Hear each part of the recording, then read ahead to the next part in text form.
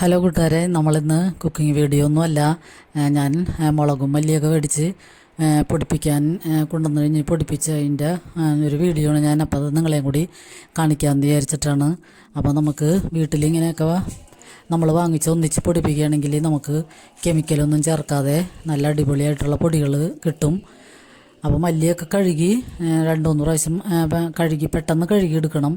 വെള്ളത്തിലൊന്നും കുതിർത്തിയൊന്നും ഇടരുത്.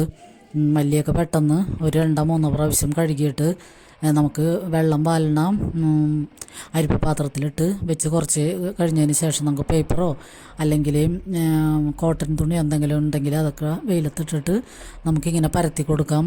അപ്പോൾ നമ്മൾ ഈ കടകളിൽ നിന്നൊക്കെ വാങ്ങണ പൊടികളൊക്കെ ഇപ്പോൾ ചില വീഡിയോകളിലൊക്കെ കണ്ടിട്ടുണ്ട്, കുറേ കെമിക്കലും അതും ഇതൊക്കെ ചേർത്ത് പൊടിപ്പിച്ചെടുക്കണതൊക്കെ.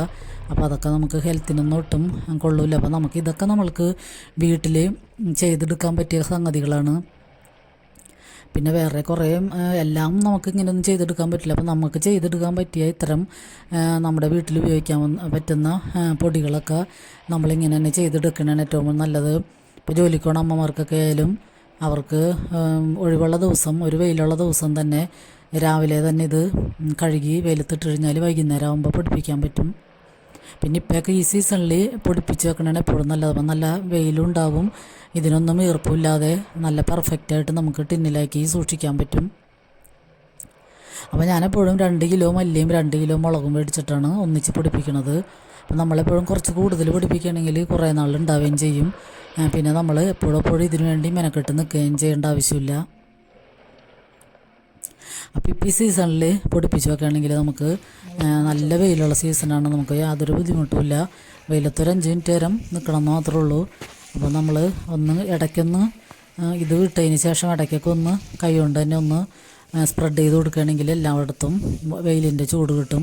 അപ്പോൾ മുളക് പെട്ടെന്ന് ഒരു പ്രാവശ്യം ഞാൻ കഴുകിയുള്ളൂ. മുളക് ഒരു പ്രാവശ്യം പെട്ടെന്ന് വെള്ളത്തിലിട്ടിട്ട് ഉടനെ തന്നെ എടുക്കണം, അല്ലെങ്കിൽ മുളകിൽ ഈർപ്പൊക്കെ ഇരുന്ന് കഴിഞ്ഞാൽ പൊടി കേടായി പോകും. അപ്പോൾ ഇതൊക്കെ നന്നായിട്ട് വെള്ളം വാർന്നതിന് ശേഷം വെയിലത്തിട്ട് ഉണക്കി രാവിലെ 10 മണിക്ക് ഇട്ടിട്ട് വൈകുന്നേരം ആയപ്പോഴത്തേനും നല്ല കിളിയായി നല്ലോണം ഉണങ്ങി കിട്ടിയിട്ടുണ്ട്. അപ്പോൾ അത് രണ്ടും നമുക്ക് ഇങ്ങനത്തെ പ്ലാസ്റ്റിക് കവറിലാക്കി പൊടിപ്പിക്കാൻ കൊടുത്തേക്കാം. അപ്പോൾ അടുത്ത് പൊടിക്കണം ഇല്ലൊക്കെ ഉള്ളവർക്കാണെങ്കിൽ ഇത് എളുപ്പമാണ്. ഞങ്ങൾക്കിപ്പോൾ 2 കിലോമീറ്ററോളം പോകണം. എന്നാലും നമുക്കിപ്പോൾ ഒന്നിച്ചിങ്ങനെ പൊടിപ്പിക്കുകയാണെങ്കിൽ ഒരു കൊല്ലത്തൊക്കെ ഉള്ള ഏകദേശം ഇതുണ്ടാവുകയും. ഞാനപ്പോൾ എത്രയും നാളത്തേക്കൊന്നും ഞാൻ നോക്കിയിട്ടില്ല. അപ്പോൾ നമുക്ക് കൂടുതലായാലും കുറവായാലും പിന്നെ അടുത്ത സീസണിൽ നല്ല വെയിലുള്ള ദിവസം ഇങ്ങനെ മേടിച്ച് പൊടിപ്പിച്ചാൽ മതിയാകും. അപ്പോൾ നമ്മൾ ഈ പാക്കറ്റ് പൊടിയൊക്കെ കടയിൽ നിന്നൊക്കെ മേടിക്കണതിലൊക്കെ നല്ലത് ഇങ്ങനെ നമ്മുടെ വീട്ടിൽ അത്യാവശ്യമായിട്ട് നമുക്ക് ആവശ്യമുള്ളത് ഉപയോഗിക്കാനും പറ്റും. പിന്നെ കെമിക്കലൊന്നും ഇല്ലാതെ നമുക്ക് ഹൈജീനായിട്ട് നന്നായിട്ട് നമ്മുടെ കറികളിലൊക്കെ ചേർക്കാനും പറ്റും. അപ്പോൾ ഞാനിത് എരിവുള്ള മുളക് പൊടിയാണ് മേടിച്ചേക്കണത്. ഞാൻ കാശ്മീരി മുളക് പൊടിയൊന്നും ഞാൻ ഉപയോഗിക്കാറില്ല. അപ്പോൾ ഇത് എരിവുള്ള മുളക് പൊടി നമ്മൾ അതിനനുസരിച്ച് പാകത്തിന് ഇട്ടാൽ മതിയാകുമല്ലോ. പിന്നെ നമ്മൾ പൊടിപ്പിച്ചിട്ട് വന്നിട്ട് ഇങ്ങനത്തെ 2 ഉരുളിയിലാക്കി ഞാൻ ഇട്ട് വയ്ക്കുകയാണ് ചെയ്യണം. അപ്പോൾ ആ പൊടിപ്പിച്ചതിൻ്റെ ചൂടൊക്കെ പോകാൻ വേണ്ടി. അപ്പോൾ നമ്മളിങ്ങനെ പരത്തിയിട്ടതിന് ശേഷം രാത്രി ഫുൾ ഡേ ഞാനിങ്ങനെ ഫുൾ നൈറ്റ് ഇങ്ങനെ വെക്കാറുണ്ട്. അപ്പോൾ ഇത് കിടക്കണ നേരത്ത് നമ്മൾ മൂടിയും കൊണ്ട് മൂടി വയ്ക്കും. അത്രയും നേരം ഇങ്ങനെ തുറന്ന് വയ്ക്കും. എന്നിട്ട് പിറ്റേ ദിവസം നമ്മൾ വെയിൽ ഒന്നും കൂടി കൊള്ളിക്കും. എന്തെങ്കിലും ചെറിയൊരു നനവിൻ്റെ അംശം ഉണ്ടെങ്കിൽ പോകാൻ ഇങ്ങനെ തന്നെ എടുത്ത് നമ്മൾ വെയിലത്ത് വയ്ക്കും. എന്നിട്ടൊന്ന് കയ്യിലുകൊണ്ട് തന്നെ ഒന്ന് നന്നായിട്ട് മിക്സ് ചെയ്ത് വെയിലത്ത് വെച്ചതിന് ശേഷം കുറച്ച് നേരം വെച്ചാൽ മതിയാകും. 1 മണിക്കൂർ നേരം വെയിലത്ത് വെച്ചാൽ മതി. പിന്നെ എടുത്തിട്ട് നമുക്ക് ആ വെയിലിൻ്റെ ചൂടും കൂടി ഒന്ന് മാറിക്കഴിഞ്ഞതിന് ശേഷം ടിന്നുകളിലാക്കാം. അപ്പോൾ നല്ല പെർഫെക്റ്റ് ആയിട്ടുള്ള പൊടികൾ നമുക്ക് കിട്ടും. മഞ്ഞൾപ്പൊടി ആയാലും ഞങ്ങൾ അടുത്ത് കൃഷി ചെയ്യാനോടത്തുനിന്ന് അവർ പൊടിപ്പിച്ച പൊടി പാക്കറ്റിലാക്കണതാണ്, അതാണ് വാങ്ങിക്കണത്. പിന്നെ മസാലയുമൊക്കെ ആയാലും ഞാനിങ്ങനെ പൊടിച്ചെടുക്കുകയാണ് ചെയ്യണത്. അപ്പോൾ ഇത് നമുക്ക് ഉണങ്ങിയൊക്കെ കഴിഞ്ഞിട്ടുണ്ട്. അപ്പോൾ നമുക്കിത് ടിന്നുകളിലാക്കാം. അപ്പോൾ എൻ്റെ കയ്യിൽ ഇപ്പോൾ 2 കിലോ കൊള്ളണ വലിയ ടിന്നുകളിലാണ് ഞാൻ ആക്കി വെക്കണത്.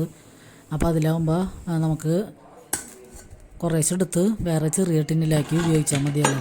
അപ്പോൾ എൻ്റെ ഈ ടിന്നുകളൊക്കെ കുറേ നാളുകൾക്ക് മുമ്പുള്ളതാണ്. അപ്പോൾ ഇതിൽ തന്നെയാണ് ഞാൻ സ്ഥിരം ഈ പൊടികളൊക്കെ സൂക്ഷിക്കണത്. അപ്പോൾ പൊടികളൊക്കെ തീർന്നതിന് ശേഷം നമ്മളൊന്ന് നന്നായിട്ട് കഴുകി സോപ്പൊക്കെ ഇട്ട് കഴുകി വെയിലത്ത് വെച്ച് ഉണക്കിയിട്ടാണ് പിന്നെ രണ്ടാമത് ഈ പൊടികൾ ഇടണത്. അപ്പം ഇങ്ങനെയൊക്കെ ചെയ്യുകയാണെങ്കിൽ നമുക്ക് പിന്നെ മുളക് പൊടിയും മല്ലിപ്പൊടിയും മഞ്ഞൾപ്പൊടിയും ഒന്നും നോക്കേണ്ട ആവശ്യമില്ല. തീരുമ്പോൾ നമുക്ക് ഇതിൽ നിന്ന് പകർത്തിയെടുത്താൽ മതിയാകും.